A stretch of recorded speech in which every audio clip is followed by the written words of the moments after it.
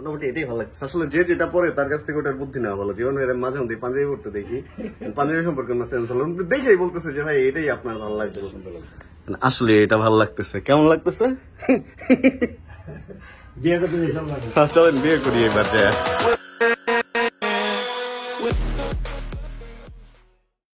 যারা যারা গাড়ির ব্লগ চাইছিলেন আজকের ব্লগটা তাদের জন্য স্পেশাল। সময় হচ্ছে ওই যে এখানে আছে 3:38 আর এখানে একটু দাগ দাগ হয়ে গেছে। আমি একটা মাইক্রোফাইবার একটু ভিজা অবস্থায় রাখছিলাম, এই অবস্থা হয়ে গেছে। পলিশ দিলে মনে হয় ঠিক হবে। মোটামুটি টেম্পারেচার আজকে একদম ঠান্ডা না, মোটামুটি গরম, এন্ড ভেতরে ভালোই লাগতেছে, এসি ভালোই কাজ করতেছে। আর এই টাইমে আমি বের হইছি হচ্ছে সামনে জীবন ভাই আছে। জীবন ভাই আমাকে আমি একটা জিনিস কিনবো সামনে থেকে, আর কেনার পরে হচ্ছে না কেনার জন্য হচ্ছে আমরা দুজন একসাথে হইতেছি। চলেন আমরা রওনা হই। ফার্স্টে হচ্ছে ডিতে দিব, হ্যান্ড ব্রেক নামানো হয়েছিল, হ্যান্ড ব্রেক করে ডিতে দেওয়া লাগে। এরপরে ব্রেকটা ছাড়লেই, যেহেতু এটা হাইব্রিড না অকটেন ড্রিভেন, সেহেতু ব্রেক ছাড়লেই চলা শুরু হবে। আর তারপর আমাকে সাবধানের সাথে হচ্ছে রোডে উঠতে হবে, ইন্ডিকেটর লুকিং গ্লাস দেখে যে পেছন থেকে কেউ আবার আসতেছে কিনা। তারপরে হচ্ছে অল্প একটু সামনে জীবন ভাই আছে, এন্ড জীবন ভাইয়ের সাথে আমরা কেন দেখা করতে যেতেছি এবার বলি। পাঞ্জাবি কিনবো একটা পাঞ্জাবি দরকার, কারণ এই পাশে আমার পাঞ্জাবি নাই। আর বাইরে ভাই খুব বাজে অবস্থা, অটো হর্ন দিতেই থাকে, ওরে কেন আমি সাইড দেই না। গাড়ির চাগে এখন অটো চলে, যদিও আমি একটু স্লো চালাইতেছি। আচ্ছা চলেন তো জীবন ভাইয়ের ওখানে যাই, তারপরে বাকি কাহিনী শেয়ার করি। পরে দেখা যাবো পেছন থেকে এসে কেউ গোতা লাগাই দিছে। আচ্ছা এই যে জীবন ভাইয়ের এখানে আমরা অলরেডি চলে আসছি। জীবন ভাই ওনার এক ফ্রেন্ডের শপে নিয়ে আসছে। আমরা পাঞ্জাবি দেখতেছি, এইটা দেখছি, এগুলা দেখছি। পাঞ্জাবি কেন পরবো এটা পরে বলতেছি, এটার কাহিনী আছে। লুকায় বিয়ে করতেছি না।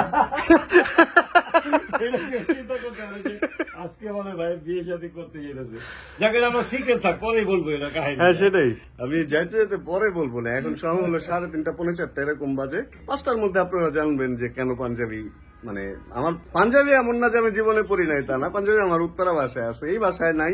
এখন উত্তরা যাইতে আসতে যে একটা প্যারা, আছে এখান থেকে মনে হয় নেওয়াই ভালো। এগুলা বলতেছেন নর্মালের মধ্যে, কিন্তু এই প্রিন্টটা খারাপ না, নর্মালের মধ্যে ভালো লাগতেছে সেটাই। আচ্ছা একটু ট্রায়াল দিয়ে দেখি, দেন তারপরে ডিসাইড করি যে কোন পাঞ্জাবি আমরা নিতে যাচ্ছি। অনেক পাঞ্জাবি তো এখানে ভাই। এটা কি শোরুম নাকি? হ্যাঁ এটা শোরুম, এখান থেকে মাল যায়, এটা ফুস্তরের শোরুম। ও মানে এখান থেকে পাইকারি মাল যায়? হ্যাঁ না পাইকারি না, আমরা এখানে আগে বিক্রি করতো, কিন্তু অলরেডি 2টা আউটলেট বাইরে আছে, এই কারণে এখানে আর বেচে রাখো। মানে এখান থেকে কেনা যায়, আবার মূলত এখান থেকে ধরেন একটা পছন্দ করে 10টা কেউ নিয়ে যেতে পারবো, এরকম ব্যাপারটা। বুঝতে পারছি। শোরুম আছে হইলো আপনার বসুন্ধরা আছে আর নারায়ণগঞ্জে আছে। ও ওকে ভাই, এই পাঞ্জাবিটাও খারাপ না, দেখেন ওই যে। হ্যাঁ এটা কি শার্ট না পাঞ্জাবি? পাঞ্জাবি, এটাও খারাপ না কিন্তু। ও বাইরেও আছে ভাই, এটা এই যে বাইরেও আছে। শেষ পর্যন্ত এইটা ফাইনাল হয়েছে। 3টা পাঞ্জাবি পরছি, 3টা পাঞ্জাবি হচ্ছে 2টা আমার পছন্দ আনছিলাম, এই যে এইটা আরেকটা যেন কোনটা ভাই, এটার নিচেই রাখা। কিন্তু জীবন ভাই শুরুতেই বলছে যে এইটাই ফাইনাল, এটা সুন্দর আছে, এইটাই হচ্ছে আমি পরা। মোটামুটি এটাই ভালো লাগছে। আসলে যে যেটা পরে তার কাছ থেকে ওটার বুদ্ধি নেওয়া ভালো। জীবন ভাইয়ের মাঝে মধ্যে পাঞ্জাবি পড়তে দেখি, পাঞ্জাবি সম্পর্কে আমার সেন্স হলো, দেখেই বলতেছে যে ভাই এটাই আপনার ভালো লাগবে। আসলে এটা ভালো লাগতেছে। কেমন লাগতেছে? চলেন বিয়ে করি এবার যায়।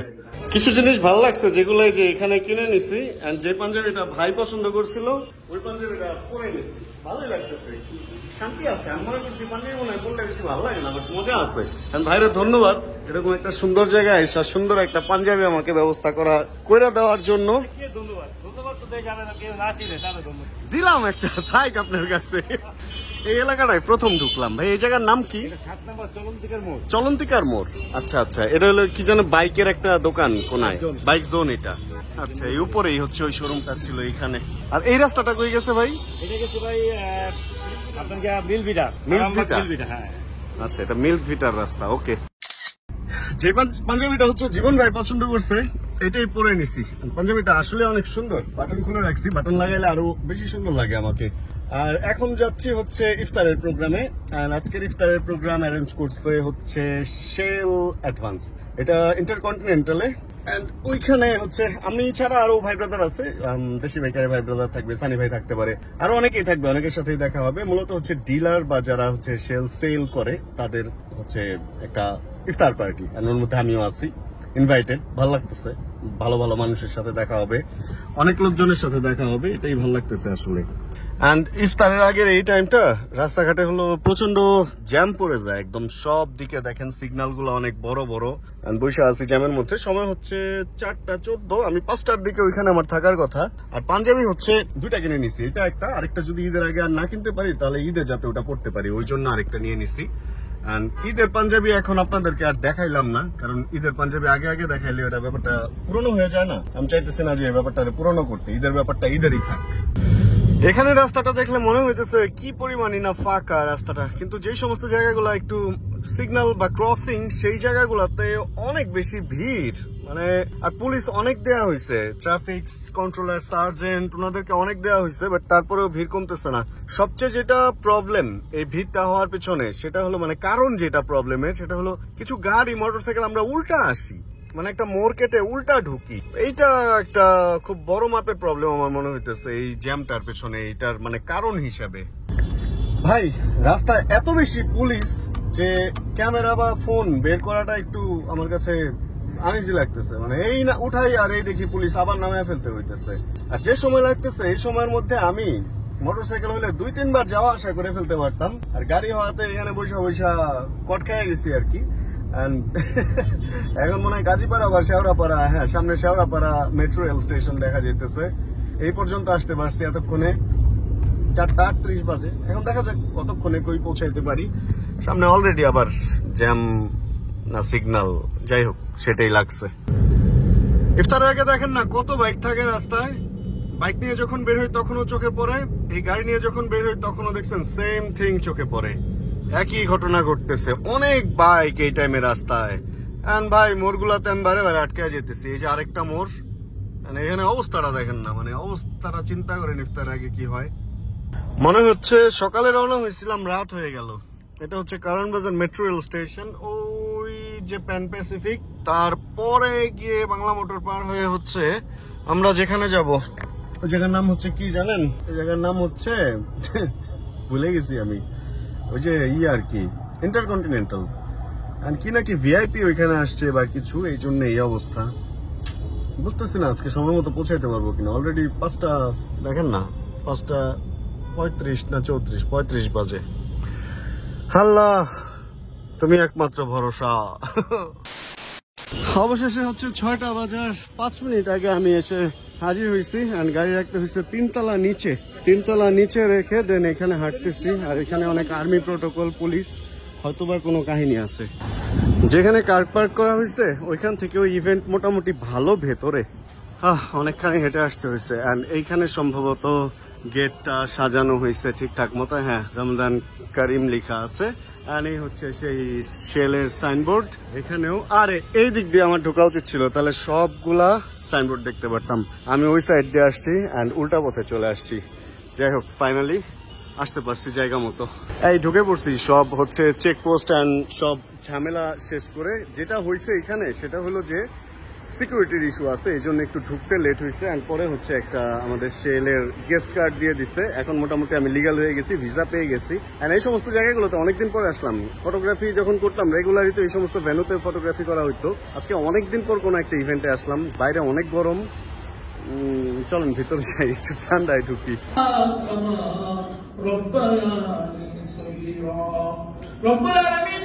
একদিন আমাদের আমাদের প্রত্যেকের জীবনের গুণাগুলো ক্ষমা করে দাও। আরে ঝামেলা হয়ে গেছে, এই গাড়িটা এখানে রাখছে সোহান ভাই রাখছে আমার সামনে, আমি পড়ে গেছি ভিতরে। কোনো একটা ওয়ে নাই যেখান থেকে আমি বের হবো। ফোন দিচ্ছি, এই গাড়ির ভাইয়া হচ্ছে ওনার কার্ড সামনে রেখে দিচ্ছে, ফোন দিচ্ছি, উনি হয়তো চলে আসবে, বললো যে খুব বেশি সময় লাগবে না, আসতেছে, না আসলে তারপরেই আমার বের হইতে হবে। এই হলো অবস্থা। আর ছোট্ট এই জিনিসটা দেখছেন পুরা মাঝখানে কিভাবে চাপ খেয়ে গেছে। অনেক গাড়ি ছিল লাস্টের দিকে, এখানে কোনো গার্ড ছিল না, যে যার মতো এখানে রাখছে। আমি পড়ছি ভিতরে ফেসে একদম।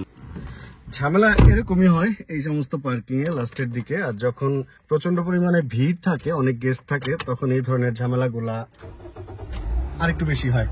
সুপার একটা ইফতারের আয়োজন ছিল। ফার্স্টে কিছু ইফতারের আইটেম ছিল এন্ড দেন হচ্ছে ডিনারের কিছু আইটেম ছিল।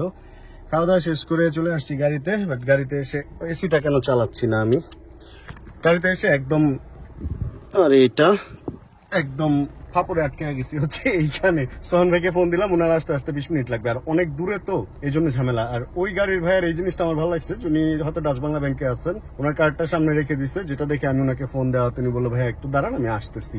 ভালো বুদ্ধি। চলেন বের হই, এখন রাস্তা ফাঁকা আছে, সময় হলো 7:21। যত তাড়াতাড়ি পারি এদিক থেকে বের হই, কারণ রাস্তায় একটু পরে আবার জ্যাম পড়বে। আর এই টাইমটা মানে ইফতারের পরপর হচ্ছে রাস্তা তুমুল ফাঁকা থাকে, সে একটা রাইডের মজাও নিতে পারবো। আর দেখলাম যে মেইন গেটটা এইদিকে পান্থপথের রোডের উপরে, পান্থপথ তো না, এটা কি বলে, কারওয়ান বাজার যে রোডটা এসে বারডেমের সামনে মিলছে এইখানে, এখান থেকে এখন বের হইতে কতটুকু কি ঘুরতে হয় যায় না। চলেন যাই দেখি। ও না, যাই কিভাবে, ভাই তো আসেই নাই। আর পাঞ্জাবি পরে একটু অস্বস্তি লাগতেছে আমার, আসলে পাঞ্জাবিতে আমি অভ্যস্ত না। শার্টটা পরে ফেলি, আমার একটা শার্ট আছে গাড়িতে।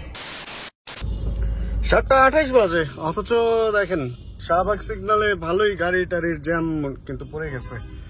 আর আমি যেটা করছি, আবার আমি শার্টে ফেরত আসছি, কারণ আমি পাঞ্জাবিতে কমফোর্টেবল না। দেখতে যেমনই লাগুক না লাগুক, পাঞ্জাবি পুরো আমার ভালো লাগে না। জ্যাম ছেড়ে দিছে, এদিক থেকে সামনে থেকে যদি আমি ইউটার্ন নেই তাহলে পুলিশ কেস করতেও পারে। আমি যে কি করব এখনো বুঝতেছি না। কোনো রেজিস্ট্রেশন নাই, কিছু নাই, রাস্তা কাদের দখলে আসলে দেখেন তো, বোঝা যায় রাস্তা কাদের দখলে।